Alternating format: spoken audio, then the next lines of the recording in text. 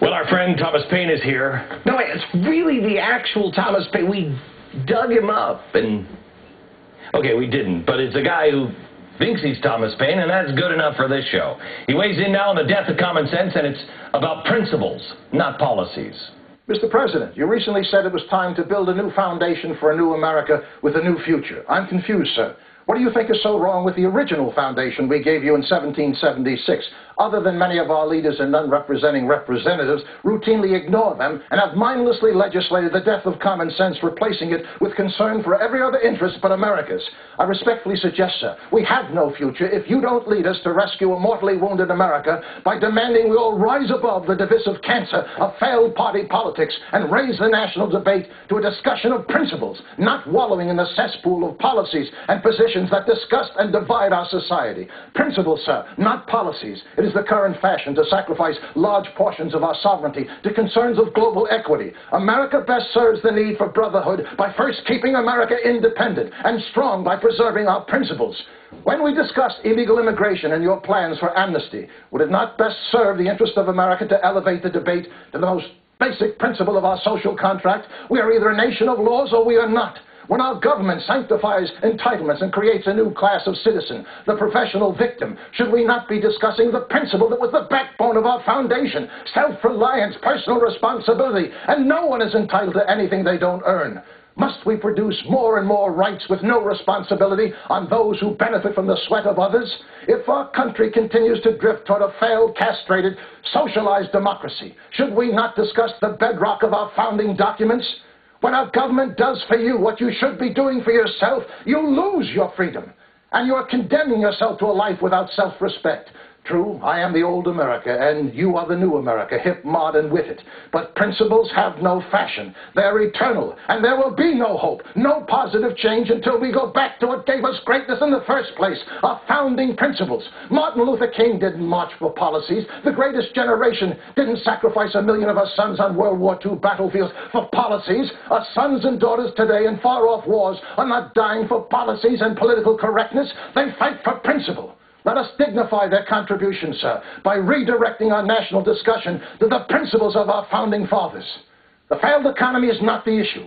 It is a wake-up call, perhaps our last, to understand what doth it profit a nation if it regains its economic preeminence but loses its soul. My name is Thomas Paine. Semper Fi, Mr. President. Semper Fi. You want to talk about accountability? Here's accountability for you. The lies that the Republicans are moving to the right, too far right, it's absolute lie. Remember, I've told you this chart before of left and right. It is not the way everybody believes it is. Left and right. No government, total government. You don't see any Republicans or Democrats on here at all yet. This is, where is the country? When we founded, here's the clock, in 1776, the founders put us here. They put us here in 1776. Now skip ahead, please. Let's go to 1865. Lincoln, he moved us a little bit further down this road, but we're still not even in between. We're over here now. Now skip ahead to 1900. 1900, Teddy Roosevelt. Read history. Teddy Roosevelt, not a good guy. Real first, real progressive. He moved us all the way over here to total government. He may have even been a little farther.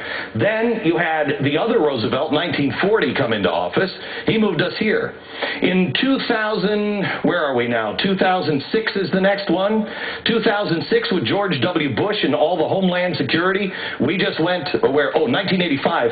We reduced government under Reagan. Then it was 2006 with George W. Bush. And now Obama has moved us here, controlling, hiring, and firing people at car companies and everything else.